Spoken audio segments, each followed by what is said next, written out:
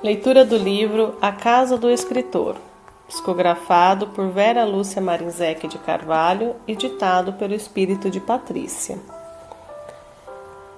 Prefácio. É sempre um prazer termos em mãos uma obra de encantos mil. É com orgulho carinhoso que prefaço essa obra. A Casa do Escritor é meu lar. Amo o trabalho que ela promove. Patrícia, com sua linguagem simples e jovem, descreve-a tão bem que nos comove. É deveras a Casa do Escritor como foi narrada. É um polo positivo da literatura brasileira e principalmente da espírita, que tanto bem e tantas instruções tem semeado. A jovem escritora, que por algum tempo abrilhantou com sua presença a nossa adorável colônia, soube bem aproveitar todos os instantes aqui presente. E até na simples conversa soube aproveitar a oportunidade para conhecer. Com os trabalhos de equipe, soube ser útil. E em todos os eventos soube aproveitar o máximo para depois escrever este livro. A Casa do Escritor é uma realidade que nossa Patrícia tão bem expõe aos seus leitores. Espero que este livro seja um incentivo a todos que trabalham com literatura edificante e também aos que possam vir a trabalhar.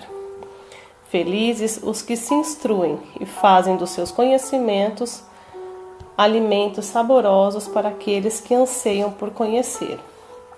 Caros leitores, aqui está uma obra fantástica, um bocadinho de frutos do saber sob o plano espiritual, e que tão bem Patrícia nos descreve. Alegria. Antônio Carlos. São Carlos, São Paulo, 1993.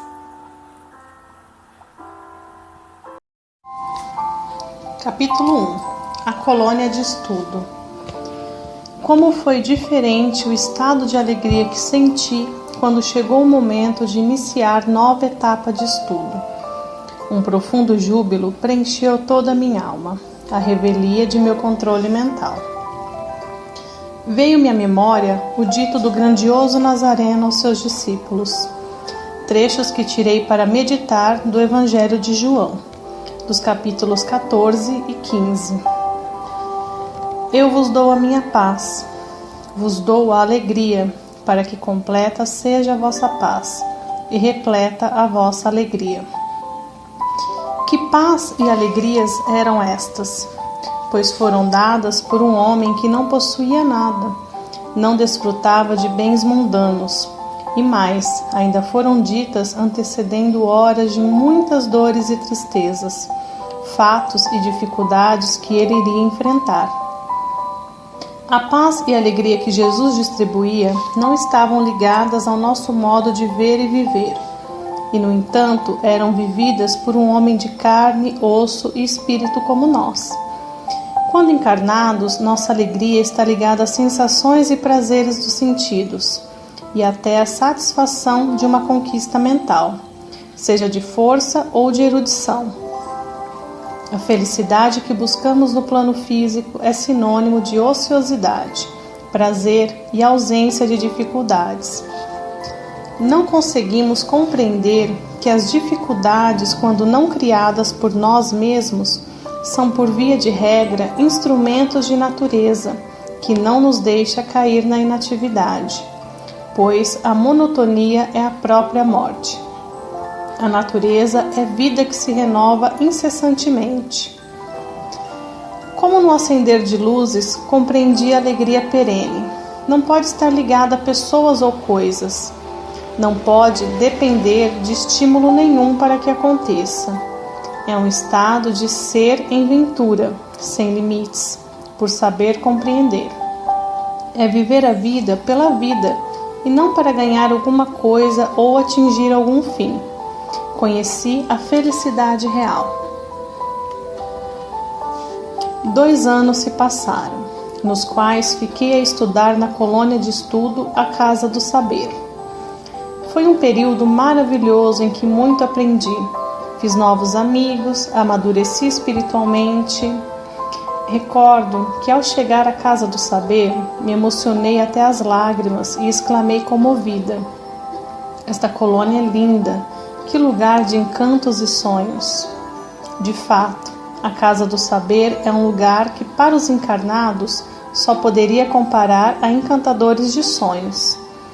Antônio Carlos, meu amigo querido, acompanhou-me. Volitamos tranquilos. Patrícia, agora vamos devagar. Observe a colônia. É ali, naquele ponto radiante. Vi um ponto luminoso, branco, e logo já distinguia os prédios e jardins. A colônia não é cercada. É fantástico vê-la volitando. Meu amigo me esclareceu. A colônia de estudo não tem sistema de defesa. Todos que nela habitam vibram numa mesma intensidade que a sustenta, e só consegue vê-la quem vibra igual. A colônia está suspensa no ar como que em cima de uma grande e sólida nuvem. Para que os encarnados no lugar não existe nada. Nada é perceptível. A visão dos encarnados e dos desencarnados que não sintonizam com suas vibrações.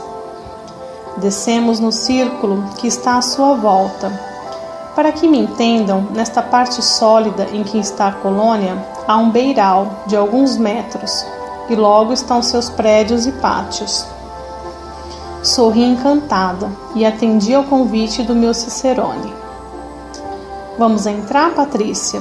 Primeiramente, iremos cumprimentar o diretor da casa. Caminhamos. Não há diferença do solo das outras colônias. A Casa do Saber é uma colônia pequena, está dividida em ruas.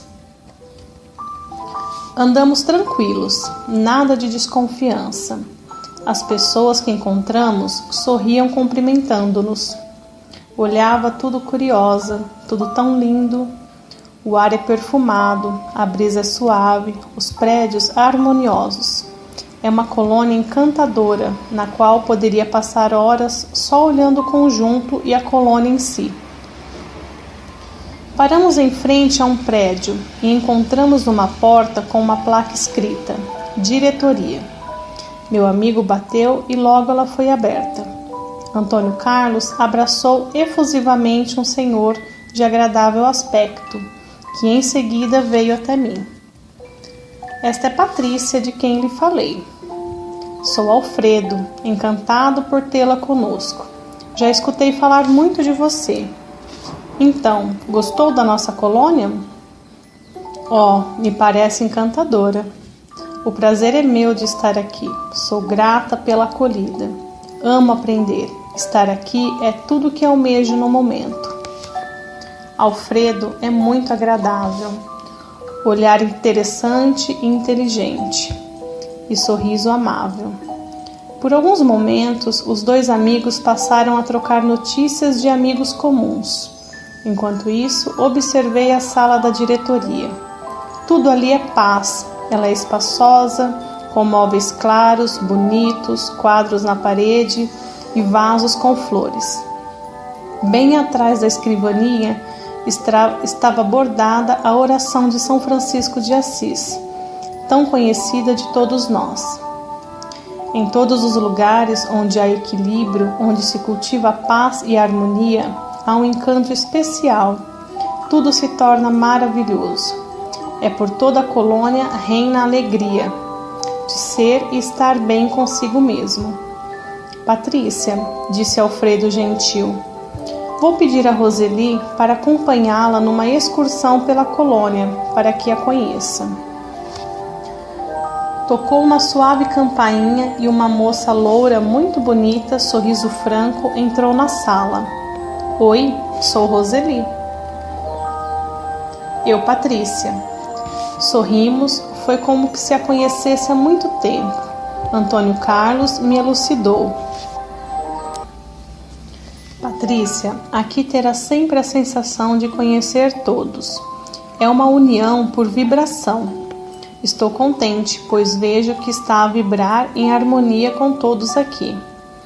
Venham comigo, terei um enorme prazer de mostrar a colônia a vocês. Despedimos-nos de Alfredo e, emocionados, acompanhamos nossa jovem Cicerone. A colônia não é grande, conhecemos sua parte externa em meia hora. Minutos que passei extasiada. Acompanhava as explicações de Roseli. Este prédio é o da orientação. Aqui estão os gabinetes dos professores e a diretoria. Este outro é os das salas de aula, da biblioteca e das salas de vídeos. Aí estão as salas de palestras.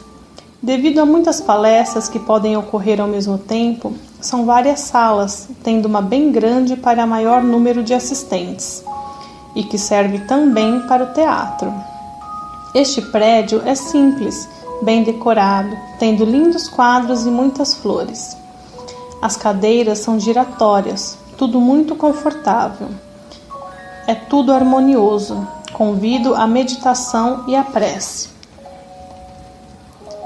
Este aqui é o prédio destinado aos alunos. Venham, vamos entrar. É um prédio de 4 andares, todo dividido em gabinetes. Tudo muito limpo e claro. Não posso mais denominar esse espaço particular a cada um de 4. Aqui não se dorme e nem se alimenta. É um cantinho seu, onde se estuda, medita, ora, etc. Roseli nos levou ao que me foi destinado. É uma sala grande, arejada, que chamarei de gabinete. Que lugar encantador!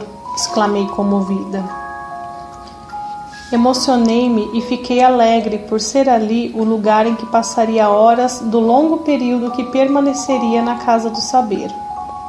Ali estava uma escrivaninha toda trabalhada, linda, uma estante, 2 sofás e uma mesinha com um lindo vaso de florzinhas azuis.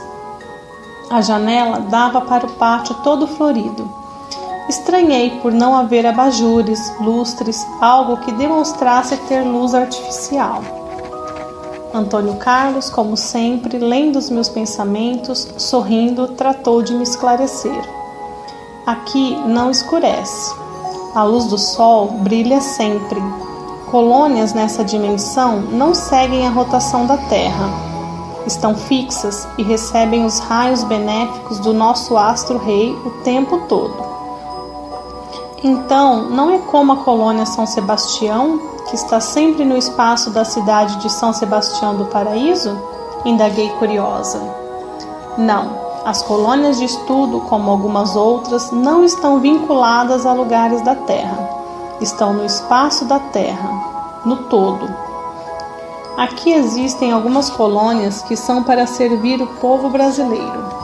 Logo depois estão as de outros países. Muitas são para todos os terráqueos que se comunicam pelo Esperanto e pelo pensamento. Sensacional! Não verei a noite, exclamei.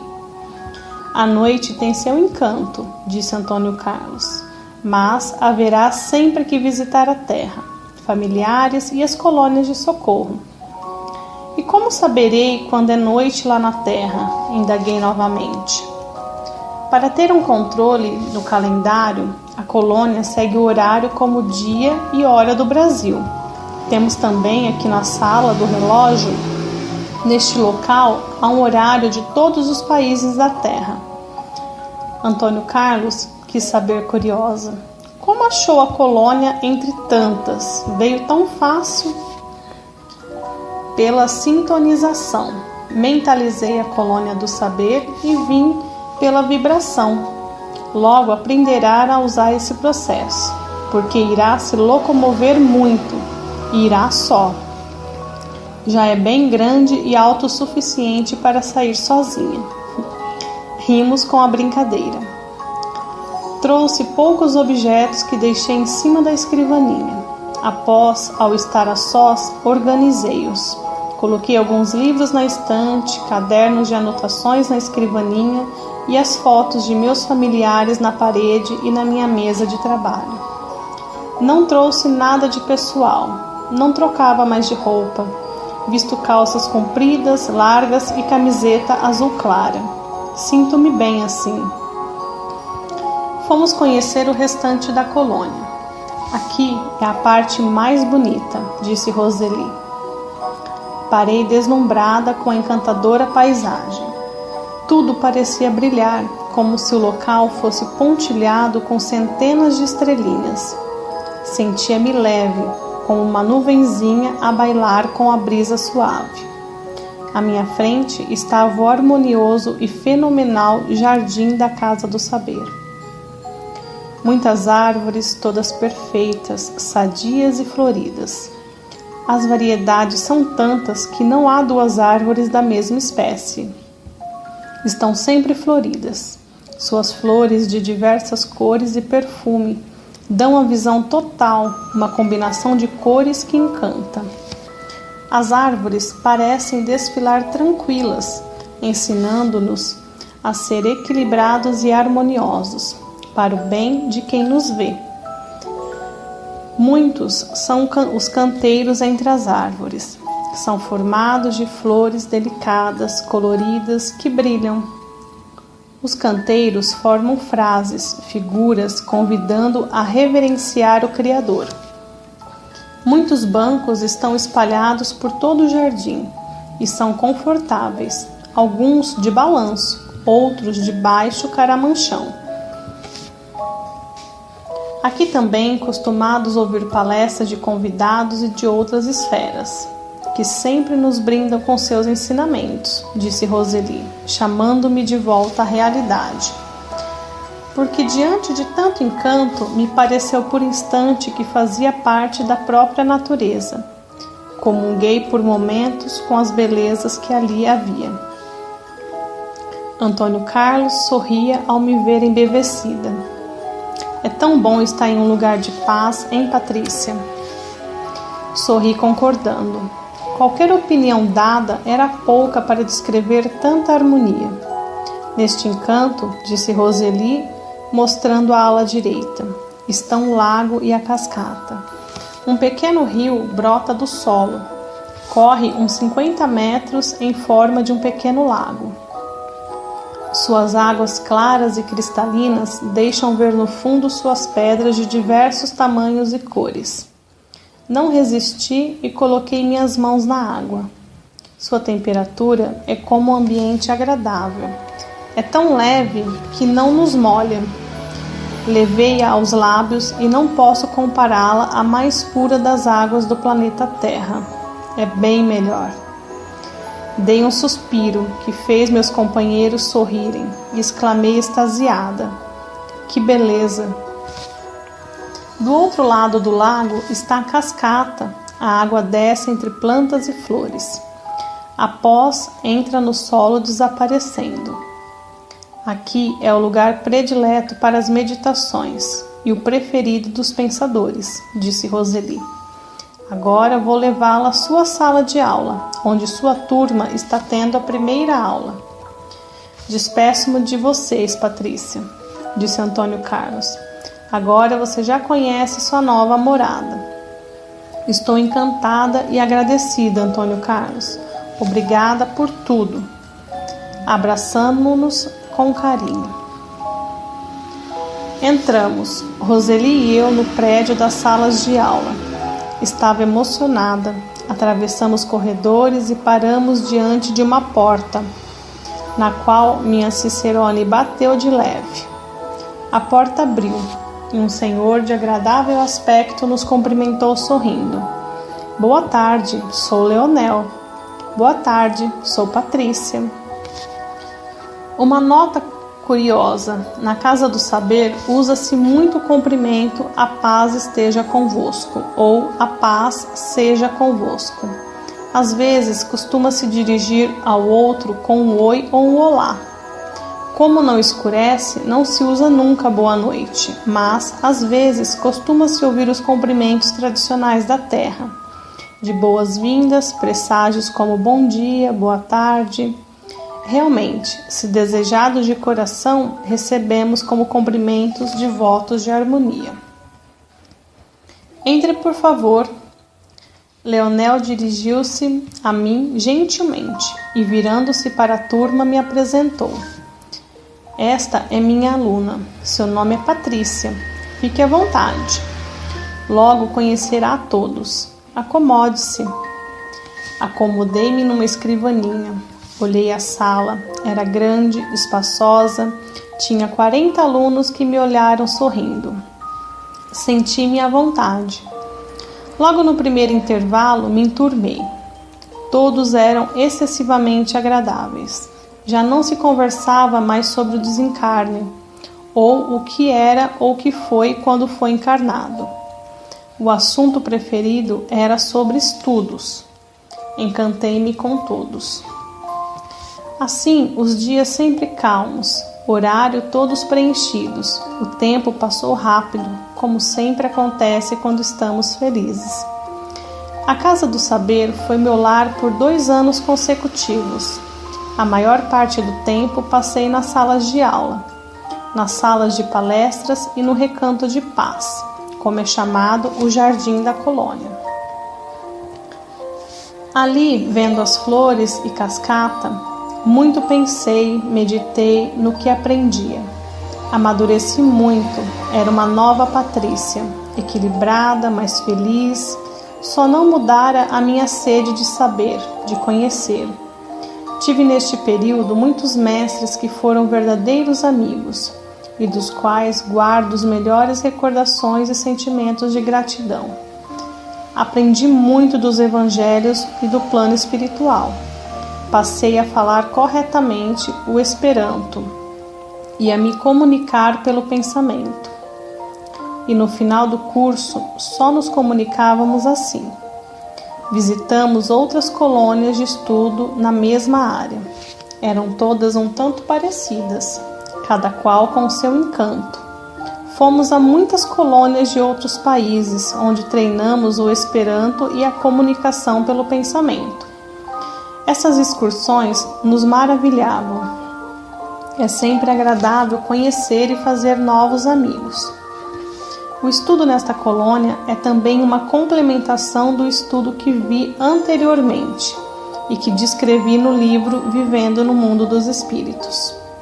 Muito vi e aprendi, mas maravilhava-me cada vez mais com os conhecimentos que adquiria e ansiava por continuar aprendendo.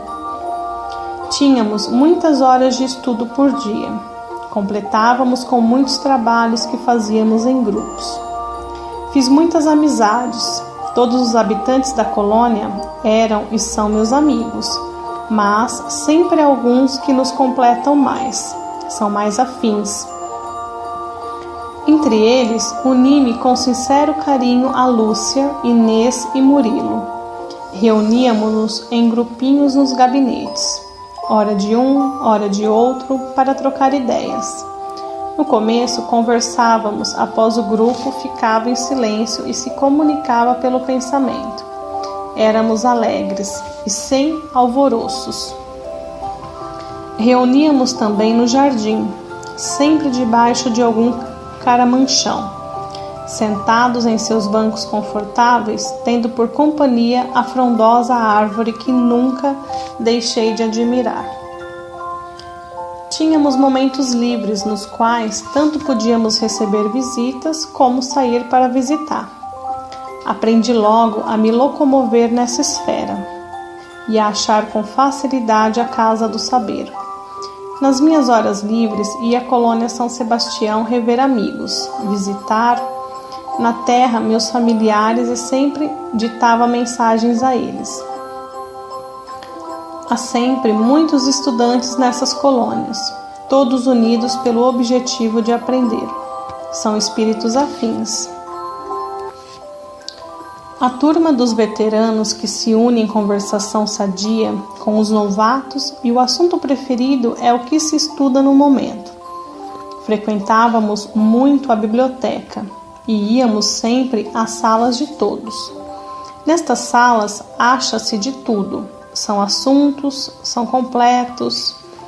Não só frequentávamos para fazer os trabalhos, como também íamos nas horas de lazer para ver ou rever fitas ou livros de nosso agrado. Nesta colônia, ou em colônias assim, não há mais o tão comentado bônus hora. Bônus hora é uma forma de pagamento de trabalhos prestados com incentivo para ser útil. É usado nas colônias de socorro. Tudo que se faz numa colônia de estudo é por prazer, por vontade, e é sentida a imensa gratidão por ali estar. Só quem almeja o saber ama o aprender. Realiza-se numa colônia de estudo. Para mim, foram 2 anos de imensas alegrias, em que tive o prazer de desfrutar a harmonia desta colônia encantadora. Capítulo 2. Colônia, Triângulo, Rosa e Cruz. Lembrei dos ensinos que ouvi de meu pai e que só vim a compreender agora, após tanto estudo. É um ensinamento sobre sintonia e unidade. A lagarta, na sua estafante peregrinação pelos solos e galhos à caça de flores, não se descuida um segundo sequer de sua união com a natureza. No término de seu tempo como lagarta, procura um local adequado, fecha-se em si mesma e entrega-se ao Criador. Fim do tempo necessário, renasce como borboleta, com vida e ação completamente diferentes de sua vida anterior. Que fantástico! Que exemplo nos dá esta filha da natureza! Com os homens, os acontecimentos se tornam complexos. A maioria tem contornos de dor e sofrimento. Perdemos a sintonia. Não sabemos mais confiar no Criador. Afastamo-nos e desta forma ficamos fragmentados, separados do centro comum, que é Deus. Consequentemente, nos agarramos à forma atual, impermeáveis a modificações naturais. Só à custa da ajuda de irmãos dedicados conseguimos pouco a pouco atingir estados que poderiam ser atingidos quase de imediato. Com a morte do corpo físico, se socorridos em postos de socorro, levamos conosco os costumes, vícios, condicionamentos de comida e bebida e até superstições de sectarismo religioso. O que a lagarta faz inconsciente, temos que realizar conscientes. Aos poucos, vamos abandonando as necessidades da alimentação. Depois, aprendemos a nos comunicar através da língua universal. Ultrapassando, não necessitamos de símbolos de linguagem. Comunicamo-nos com vibrações mentais, chegando assim bem próximo do silêncio verbal e mental, quase prontos para neste silêncio ouvir o que Deus tem a nos dizer. Foram feitas várias excursões durante o curso a outras colônias, postos de socorro, no umbral, hospitais, lugares que já descrevi no livro Vivendo no Mundo dos Espíritos. Encantei-me de modo especial com as excursões a outras colônias de estudos e as do plano superior, onde passamos horas de agradável convívio, inebriados com tanta beleza. Foi enorme alegria para o meu coração visitar a colônia Triângulo, Rosa e Cruz. Esta colônia é intermediária entre o Oriente e o Brasil. É uma colônia habitada por orientais e brasileiros. Visando um aprendizado maior entre as duas culturas, principalmente a sabedoria que une a Deus. Não é fácil descrevê-la para os encarnados. É algo deslumbrante. Belezas que encantam. Está no espaço ao centro do Brasil, não muito longe da colônia Nosso Lar, um pouco mais acima para o norte. Esta colônia é localizada pela vibração. Quando se quer encontrá-la, concentra-se e se é atraído para ela. Saímos para visitá-la. Nós, os 40 alunos, um instrutor e um morador da colônia Triângulo, que viera para nos acompanhar. Fomos volitando um ao lado do outro. Ao aproximar-nos, volitamos devagar para melhor apreciar o local. No espaço onde está a colônia, o céu é mais azul, o ar é mais puro e rarefeito. De longe, a colônia parece um enorme castelo sobre as nuvens, um encanto. O castelo é branco e brilha como uma delicada estrela. Parece que estou vendo um castelo de contos de fadas, disse Hércules, um colega. Concordamos com ele. À medida que nos aproximávamos, a visão do castelo ficava mais linda. Triângulo, como é chamada, não tem muro. As paredes são as divisas, não tem nenhuma proteção e nem aparelhos de defesa. É que esta colônia só é vista, encontrada, pelos que vibram muito bem e sabem concentrar-se, para se guiar pela sua vibração. Seu formato é de um triângulo, tendo em cada lado um portão. Esta colônia parece de cristal, tendo o brilho e a brancura que dão reflexos de muitas cores suaves. Nas paredes do lado de fora, há desenhos em relevo e inscrições. São desenhos de figuras humanas em atitudes de oração e adoração ao Pai.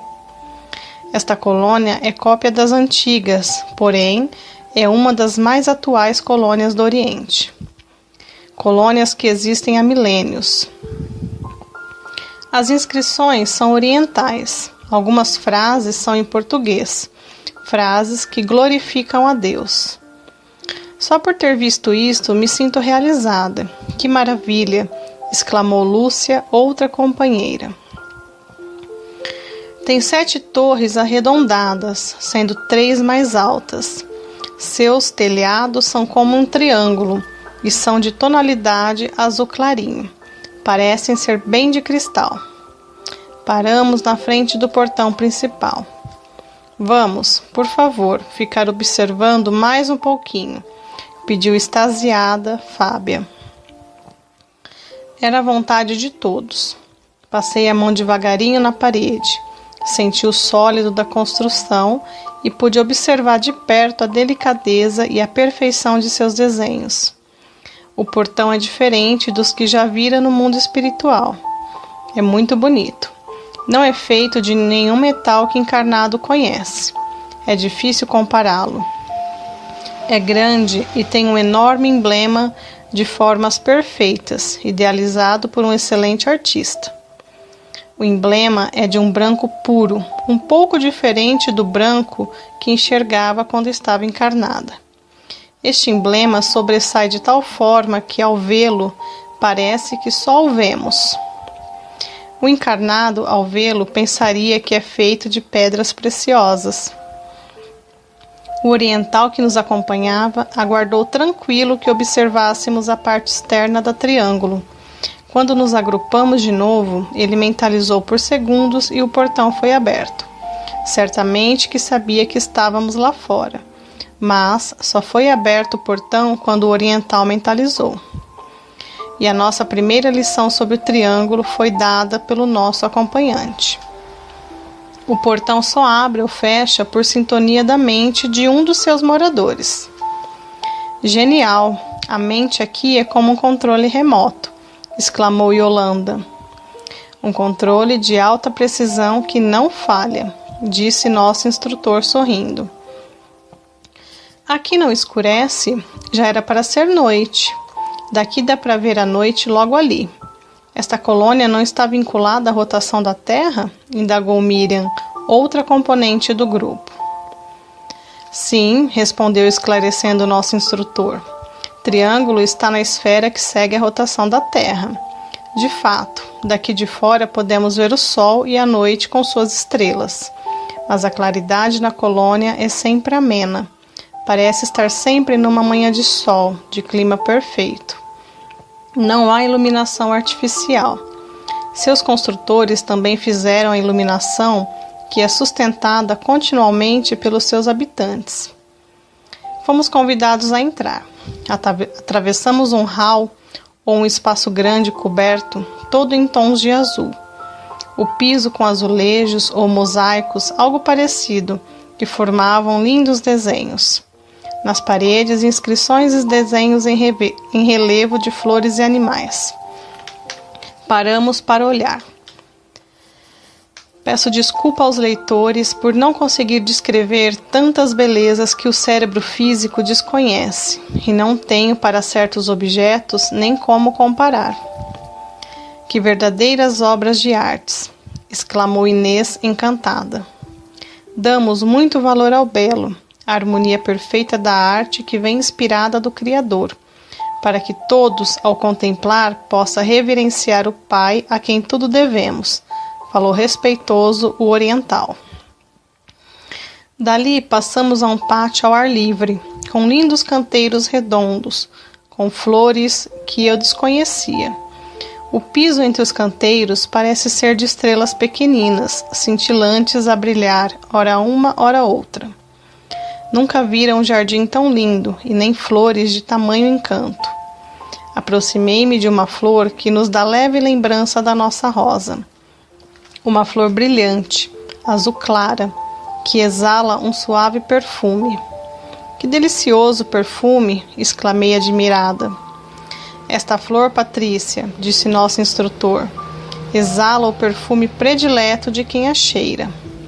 Está aqui linda desse jeito como todas as outras, desde a inauguração desta colônia, há muitos anos.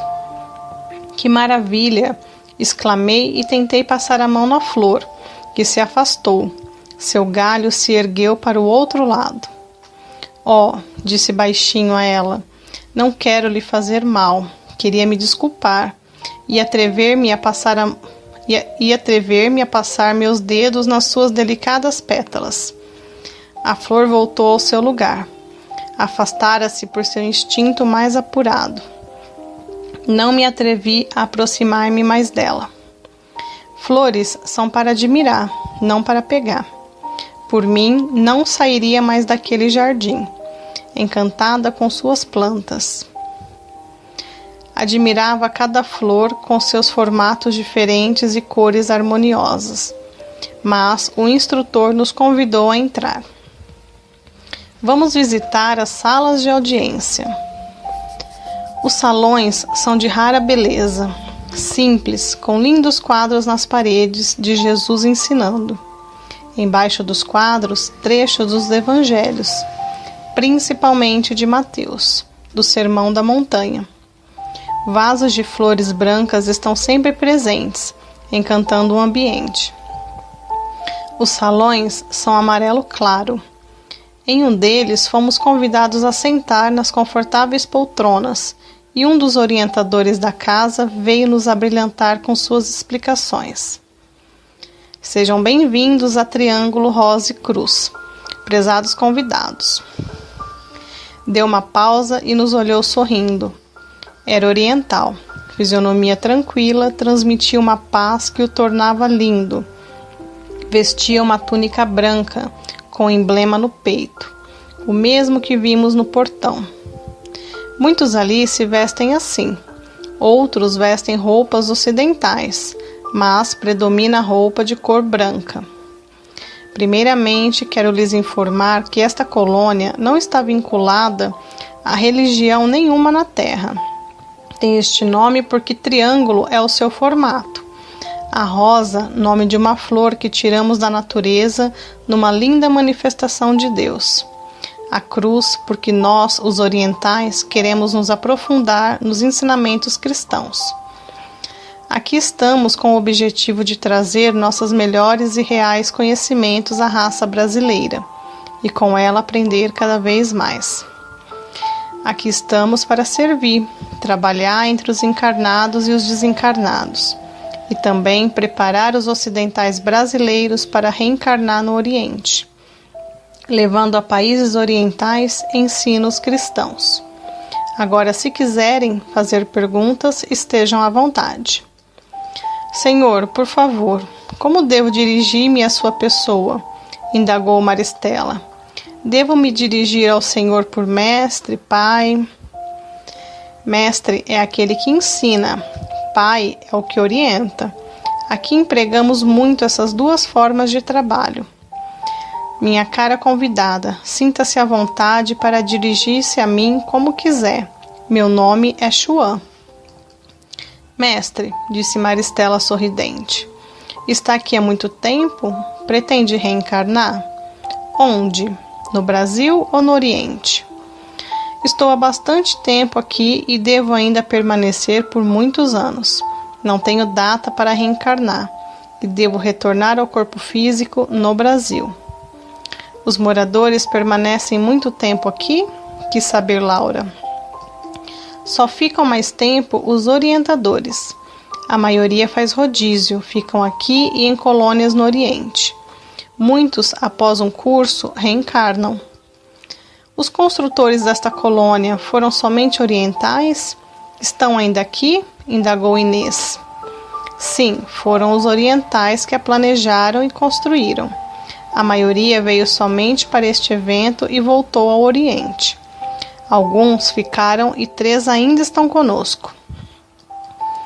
Tem dado resultado esse intercâmbio? Indagou Murilo. Sim, tem dado. Embora nosso trabalho seja considerado como uma grande plantação que no futuro dará doces e sábios frutos. Como ninguém mais indagou, Xuan concluiu. Aqui temos tentado nos despir de todos os preconceitos. Devemos ser todos iguais e esforçar-nos para nossa melhoria. Tanto que a orientadora geral desta casa nos tem dado inúmeros exemplos de bondade e dedicação. Esta colônia foi construída o intercâmbio das 2 raças para tirar o melhor que há para o bem de todos. Os orientadores que desejam reencarnar do Brasil aqui fazem cursos de língua e costumes para melhor orientação. Também orientamos os brasileiros que querem reencarnar no Oriente.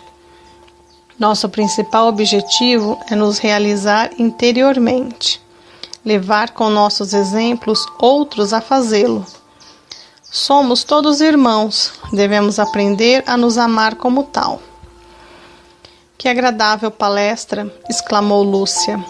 É tão simples e cativante, poderia ficar a ouvi-lo por muitas horas.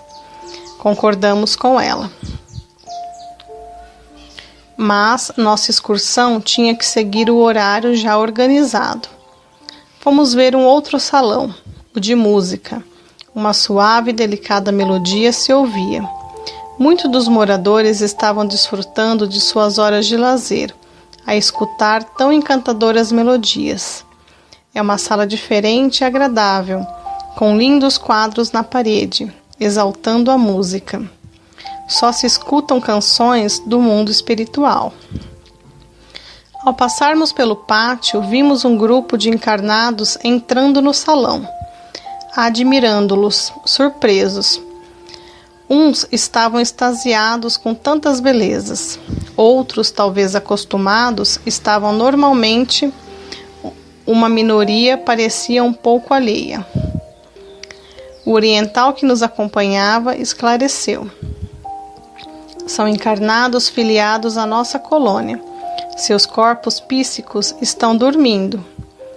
Sempre estamos recebendo grupos de encarnados. Aqui são trazidos para receberem orientações e incentivos. Todos os filiados da Triângulo conseguem êxitos nas encarnações? Indagou Murilo. Gostaríamos que todos fossem bem-sucedidos. A luta é igual para todos. Infelizmente, há os que fracassam diante das dificuldades do plano físico. O silêncio desta colônia é divino. Não se faz barulho ao caminhar. Pouco se fala. Quase sempre se ouvem conversas de grupo de visitantes. Entre os moradores, só se usa a telepatia, a comunicação pelo pensamento. Fomos visitar a biblioteca na colônia grande, espaçosa e silenciosa. Nada se escuta. Com a nossa presença, o silêncio foi quebrado, com algumas expressões de surpresa e com algumas perguntas. Suas estantes são trabalhadas, são do mesmo material de que é construída a Triângulo. Parece cristal. São poucos os livros de literatura brasileira. A maior parte dos livros são religiosos e de cultura geral. O restante dos livros são orientais. Alguns são trazidos. Há livros raros, uns grandes, outros em pápiros, são cópias de livros que se encontram nas colônias orientais. Infelizmente, não teríamos tempo para lê-los, só observamos. É a biblioteca da Triângulo um lugar encantador. Subimos em algumas torres, são tão lindas, pudemos ampliar nossa visão. Vimos a terra de longe e de perto como se estivéssemos no avião, voando mais baixo. Para subir na torre, volita-se devagar. Após, fomos conhecer o lado direito, uma ala que se chama Lar de Repouso. Aqui estão os recém-desencarnados que são filiados à colônia do Triângulo, onde se hospedam por determinado tempo. Todos os filiados são socorridos e trazidos para cá logo após a morte do corpo? Indagou Jorge Luiz. Não, infelizmente só os que têm merecimento são socorridos após a morte do corpo e recolhidos no lar de repouso. Aos fracassados, esses têm por afinidade lugares a quem fizeram jus. Mas todos os filiados recebem nossa ajuda. Logo que possível, esses filiados são orientados, às vezes por certo tempo, em outras colônias. Quando aptos, trazemo-nos ao lar. Esta parte nos faz lembrar as acomodações de muitas colônias de socorro. Tudo é simples e com muitas flores. Ali vimos água, um pequeno e encantador chafariz que, além de embelezar, serve aos hóspedes de alimento fluídico. Nosso acompanhante esclareceu. É o único alimento que temos na colônia.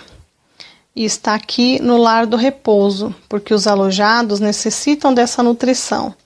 O resto dos habitantes da colônia não faz uso da água, nem de plantas.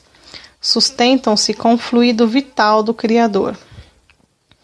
A água é igual à da colônia de estudo, não molha, é límpida. O chafariz é de cristal ou algo que se pode comparar a este para os encarnados terem uma ideia. É um verde claro, tem forma simples.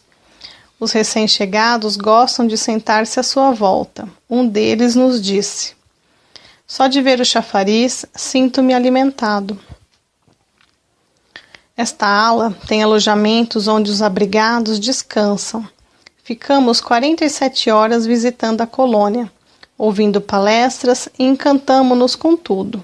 Observamos desde o teto, suas paredes, o piso, suas flores, quadros, tudo nos maravilhava. Só podem visitar as colônias assim espíritos que estão em colônias de estudo, indivíduos mais esclarecidos e totalmente edificados com o mundo dos espíritos. Fora do lar do repouso, ninguém se alimenta e nem faz exercícios para se nutrir, pois isso ocorre automaticamente. Não se necessita descansar. Aprendemos na colônia de estudo esses detalhes. Logo, nos primeiros meses de estudo, nem após as excursões no umbral, necessitávamos de descanso ou de nutrição. Chegou a hora de nos despedirmos. As saudações de paz foram mentais. Olhamos sorrindo, fazendo reverência com a cabeça. Ao atravessarmos o portão, volitamos perto um do outro. Olhei para trás. A Triângulo realmente parece com um castelo de fadas. Foi maravilhosa a excursão. 47 horas de sublime encantamento que ficaram guardadas para sempre na minha memória perispiritual. Alegria. Capítulo 3. Recordando o passado. Frederico, meu amigo, desde os primeiros tempos de desencarnada, vinha sempre me visitar. Conversávamos tranquilos pelos jardins da colônia de estudo. Sabia que éramos amigos de outras encarnações.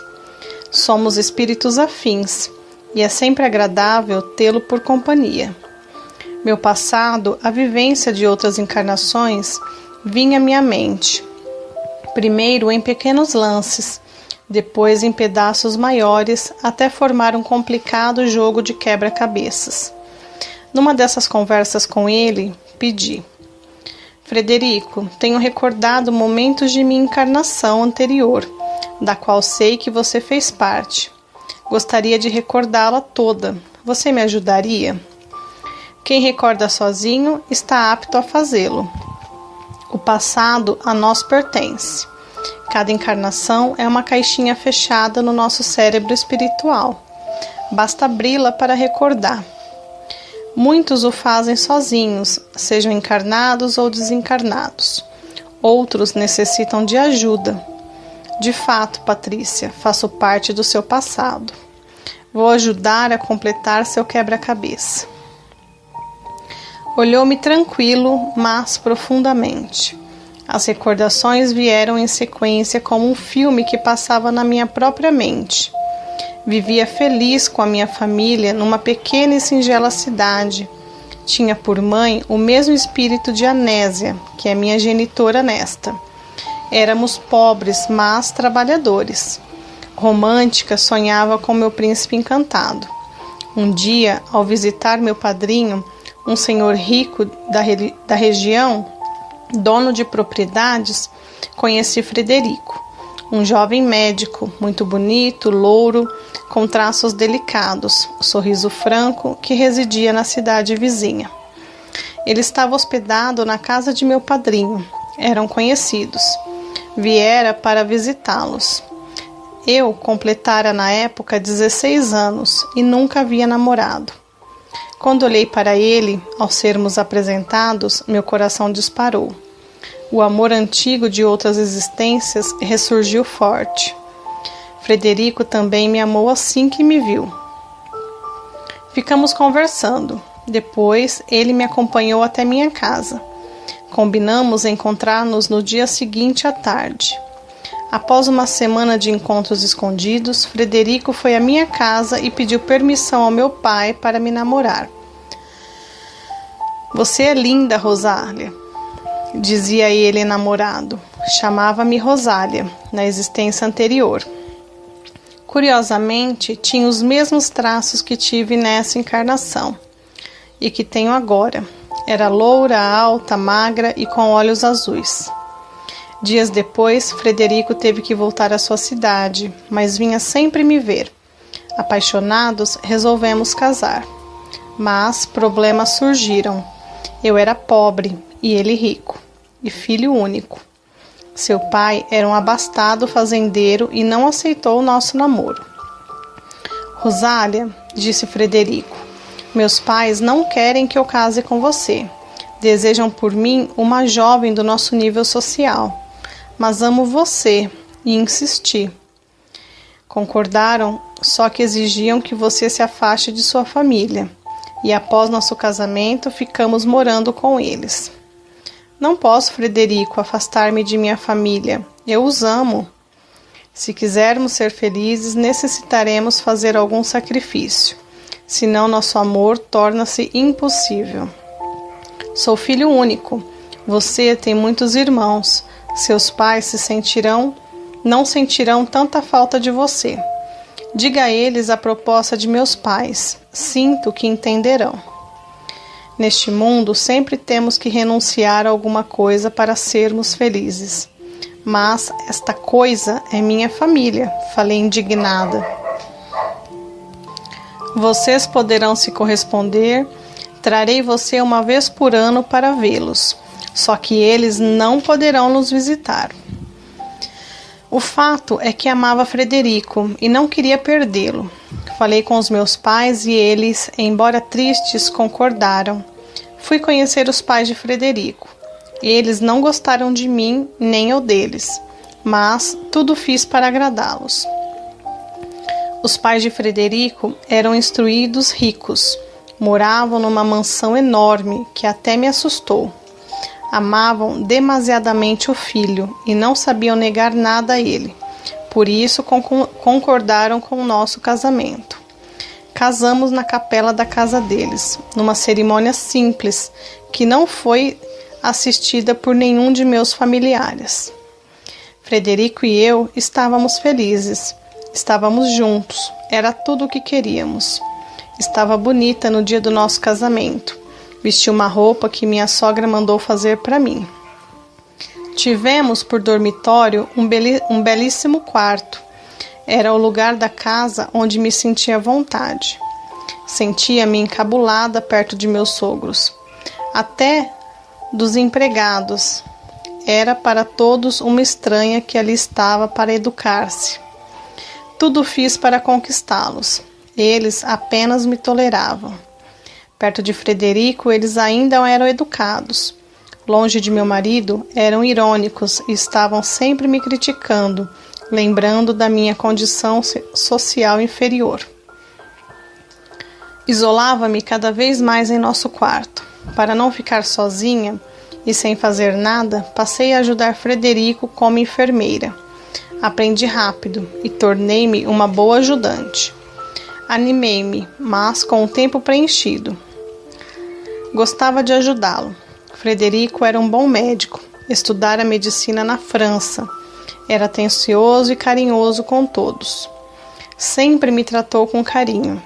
Às vezes, chateava-se com a indiferença dos pais para comigo, mas acreditava que acabariam por me aceitar, tão logo tivéssemos filhos. Durante o tempo que estive casada, só vi meus familiares 2 vezes em visitas rápidas, mas nos correspondíamos regularmente. 2 anos após meu casamento, minha sogra desencarnou.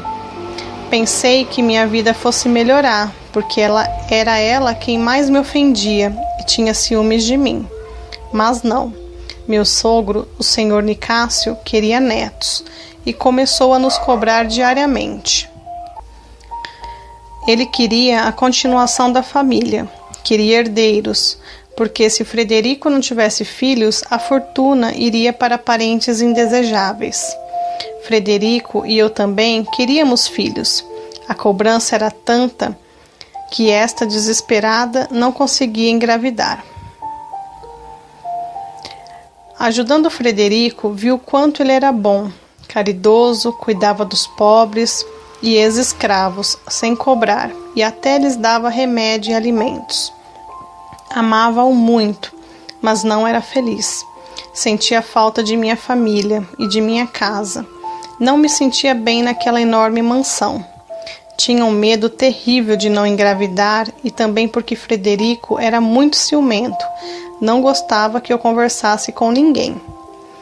Após quase 4 anos que estávamos casados, ia completar 22 anos. Fatos novos aconteceram. Vieram nos visitar e conosco ficaram hospedados os padrinhos de Frederico, com um casal de filhos. A filha mais velha, Hortência, era uma moça muito educada, instruída e bem bonita. Logo que chegaram, o casal ficou doente. No começo parecia uma gripe forte, porém Frederico constatou apavorado que era croup. A difteria não tinha cura naquela época e quase sempre levava à morte. Frederico isolou-os numa parte da casa e exigiu que eu e sua ama Maria fôssemos cuidar deles. Maria era uma preta, ex-escrava que sempre cuidou dele. Os 2 eram muito amigos. Eu não quis ir. Frederico insistiu. Eram os doentes nossos hóspedes e seus padrinhos. Era a pessoa indicada, já que aprendera muito trabalhando com ele. Meu sogro intrometeu-se na conversa e disse com ironia: "Você não serve nem para me dar netos. Vê se faz algo útil." Fui contrariada. Maria e eu tomamos todas as precauções devidas para não contrair a doença. O filho, um menino de 16 anos, também ficou doente. Depois de alguns dias enfermo, o casal acabou morrendo. Hortência estava triste e Frederico dava muita atenção a ela. Fiquei com ciúmes. Estava cuidando do mocinho quando senti apavorado os sintomas da doença. Adoeci. Maria cuidava com carinho de sempre de mim e do menino. Frederico vinha me ver várias vezes ao dia, sempre preocupado. Meu sogro não me visitou. Às vezes Hortência vinha ver o irmão. Estava triste, chorosa, e Frederico a consolava. Odiei-a. Ela sim pensava. Era a nora desejada, a esposa que um médico merecia. Achei que o Frederico se arrependera de ter casado comigo. Mandara cuidar dos doentes para que eu adoecesse e ficasse livre. Estava magoada com meu esposo. Culpava-o por ter adoecido. Senti muitas dores físicas, mas a dor moral e a raiva eram maiores. Sentia-me desprezada e sozinha. Desencarnei com muita agonia, com ódio de Hortência e de Frederico. Fui atraída para o umbral, por vibrar igual. Estava revoltada por ter desencarnado jovem. Não lembrei de Deus e nem de orar. Durante muitos anos vaguei com rancor pelo umbral, até que um dia um homem me falou: "Você não é Rosália, a nora de Nicásio, aquele carrasco?" "Sou." "Por que está aqui? Gostava de seu sogro?" "Não." "Você não quer ir à casa terrestre? As coisas mudaram por lá." "Posso ir para casa?" "Não sei como." "Levo você, mas se prometer ajudar a nos vingarmos de Nicásio." "Prometo." Assim fui levada por ele à minha antiga casa. Quando vagava, perdia a noção do tempo. Às vezes achava que fazia muito tempo, outras meses. É horrível vagar pelo umbral. Tive uma grande surpresa ao ver minha ex-família. Frederico estava casado com Hortência e tinham 3 filhos. O mais velho, um menino de 9 anos, chamado Nicásio, igual ao avô, e 2 meninas de 7 e 5 anos. Pareciam todos felizes. Frederico e meu ex-sogro adoravam o pequeno Nicásio. Odiei a todos. Então foi mesmo para que morresse que mandou que cuidasse dos doentes? Queixei-me rancorosa. Queria casar com Hortência e ter filhos. Os outros espíritos que ali estavam, 8, queriam vingar-se do meu ex-sogro. Este não foi boa pessoa. Fez muitas maldades que Frederico desconhecia. Incentivada por eles, resolvi vingar-me. Escolhi o filho de Frederico para obsediar. Este era sensível, um médium. Escolhi porque achei que, fazendo o menino sofrer, meu ex-sogro, Frederico e Hortência sofreriam juntos. Tinha razão. Comecei logo a executar meu plano de vingança. Colei-me a ele logo o pequeno Nicásio foi prostrando. Adoentou. Frederico, preocupado, não achava a causa de sua fraqueza. O menino foi piorando. Levaram-no aos outros médicos, às cidades maiores. Tomou muitos remédios e piorava sempre. Porque 2 anos ali fiquei sem me afastar um segundo. Trocando energias com o garoto, sentia-me melhor e mais animada. Tinha o objetivo de me vingar e era incentivada e aplaudida pelos outros, que tanto como eu queriam a infelicidade dos moradores da casa, principalmente do senhor Nicásio. Para aumentar minha revolta, narraram com detalhes a infelicidade que padeceram por causa do avô do menino. Ali estavam somente alguns a quem ele havia feito terríveis maldades. Muitos o perdoaram. Eram ex-escravos, colonos, pequenos proprietários de terra. Até uma mulher que foi seduzida e abandonada por ele. Nossa permanência tornou-se fácil, porque naquele lar não havia religião. Não se costumava orar. As orações eram feitas, eram decoradas, sem serem sentidas. Ríamos com a preocupação de Hortência, com a tristeza de Frederico e com o desespero de meu ex-sogro, que tanto me havia desprezado. Tudo me parecia normal quando o pequeno Nicásio contraiu croup. Assustei-me. Tinha verdadeiro horror a esta doença. Vi desesperada Frederico angustiado examinar o filho e dizer: "Não, de novo. Croup, doença ingrata que levara meus afetos. Primeiro a esposa adorada, agora meu filho." Saí de perto do garoto, mas não da casa. Apavorei-me e pela primeira vez raciocinei sobre o mal que estava fazendo.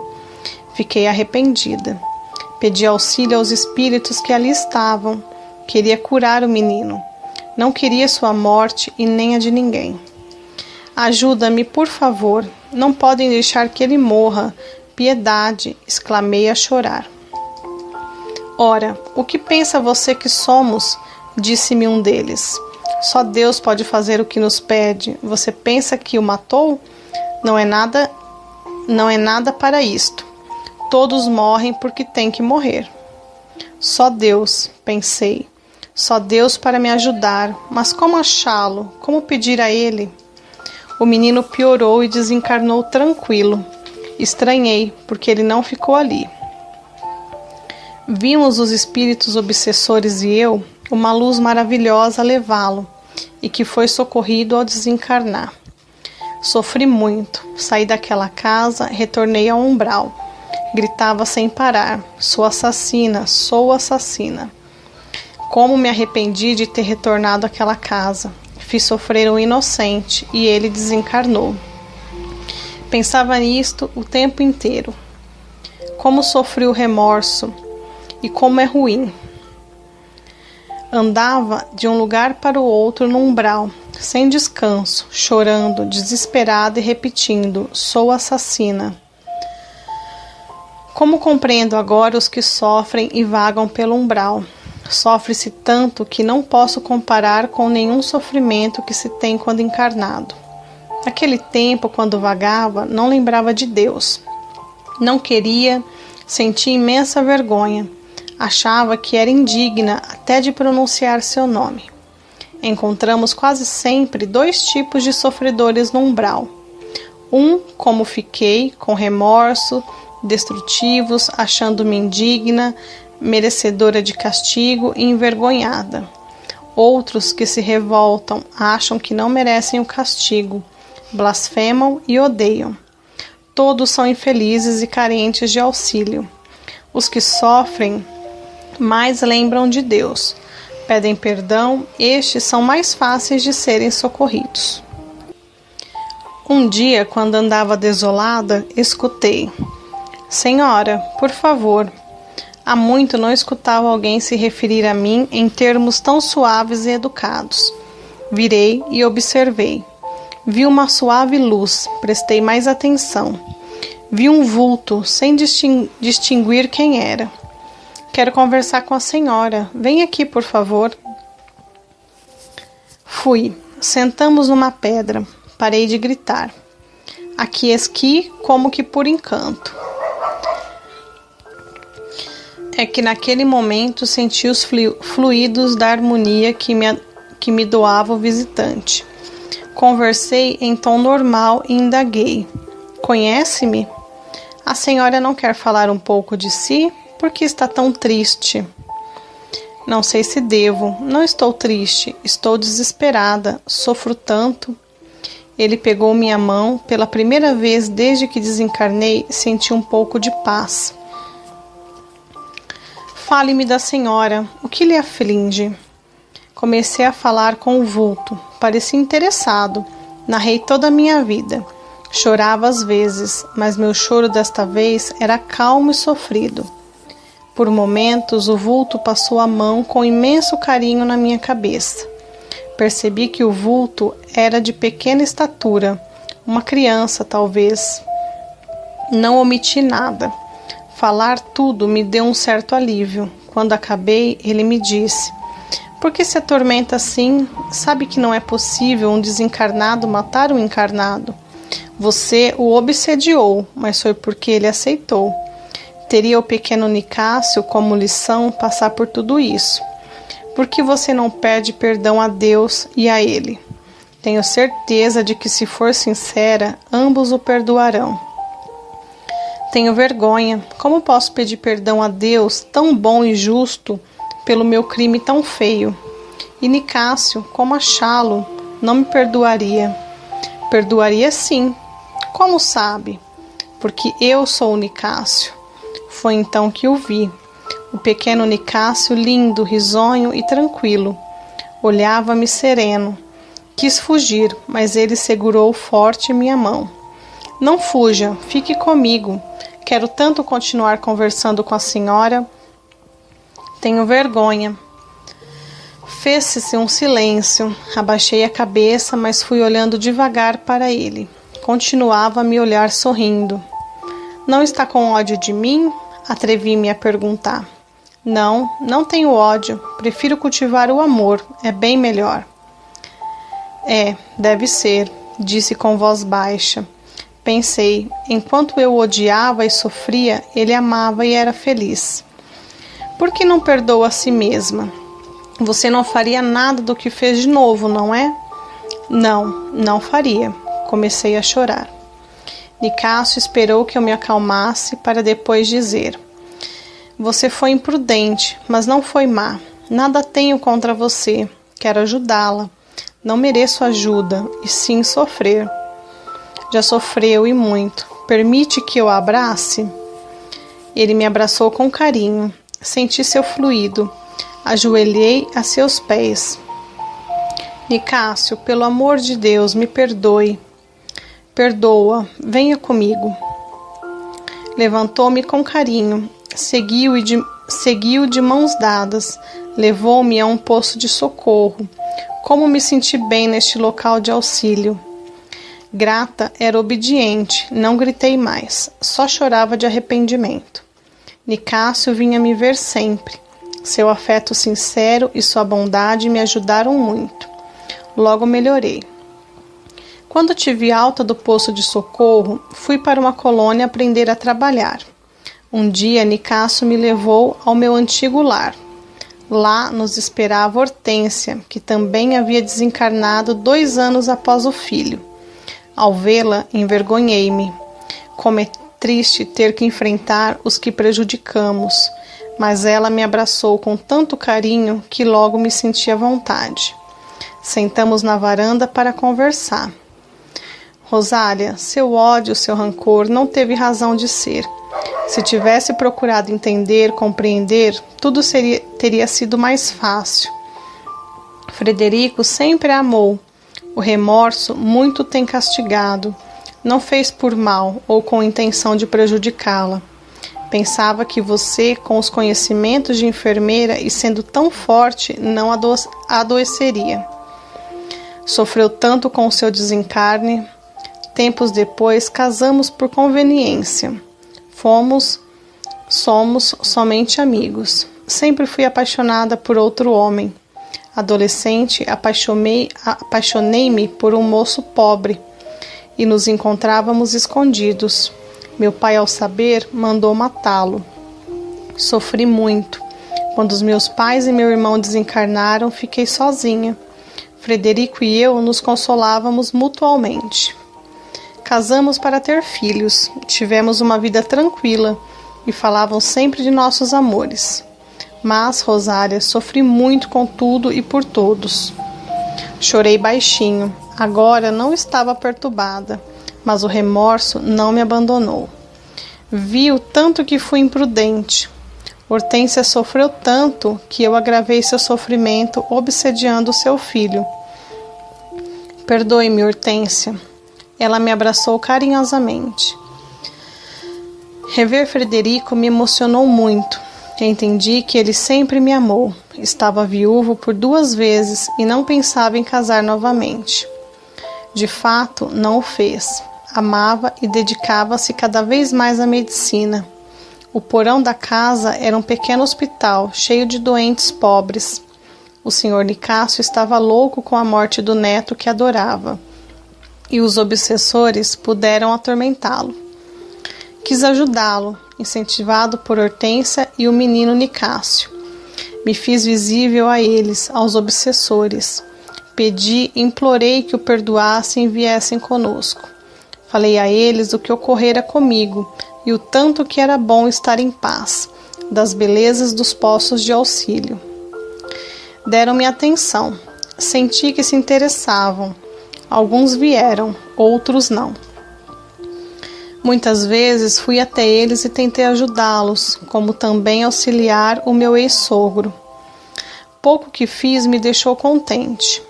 Após muitas conversas, todos os obsessores vieram conosco. Mas o senhor Nicásio tinha uma dolorosa colheita. Plantou muitos males. Quando desencarnou, o neto pôde socorrê-lo. Demorou para se recuperar. Sabe, Rosália, disse uma vez o pequeno Nicásio, se você me obsediou foi porque eu aceitei, por erro do passado. Tinha como colheita uma lição dolorosa.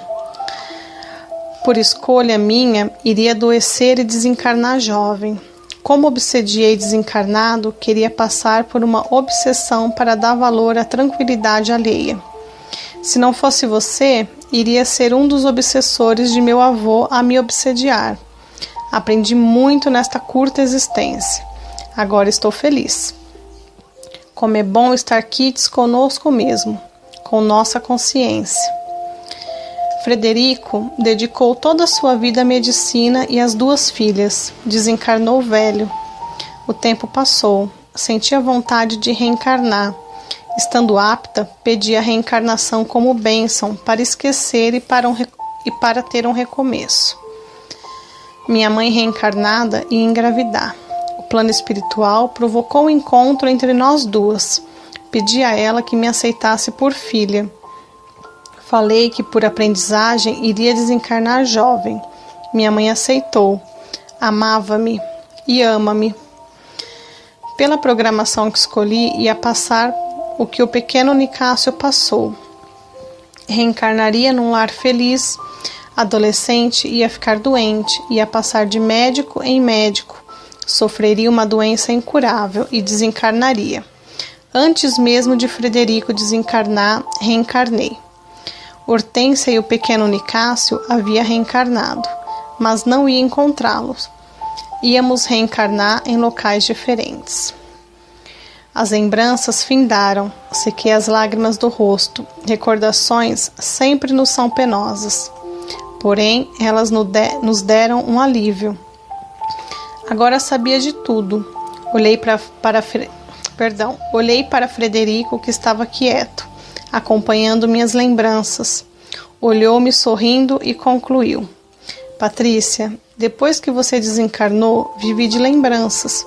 Casei com Hortência porque queria dar continuação à família.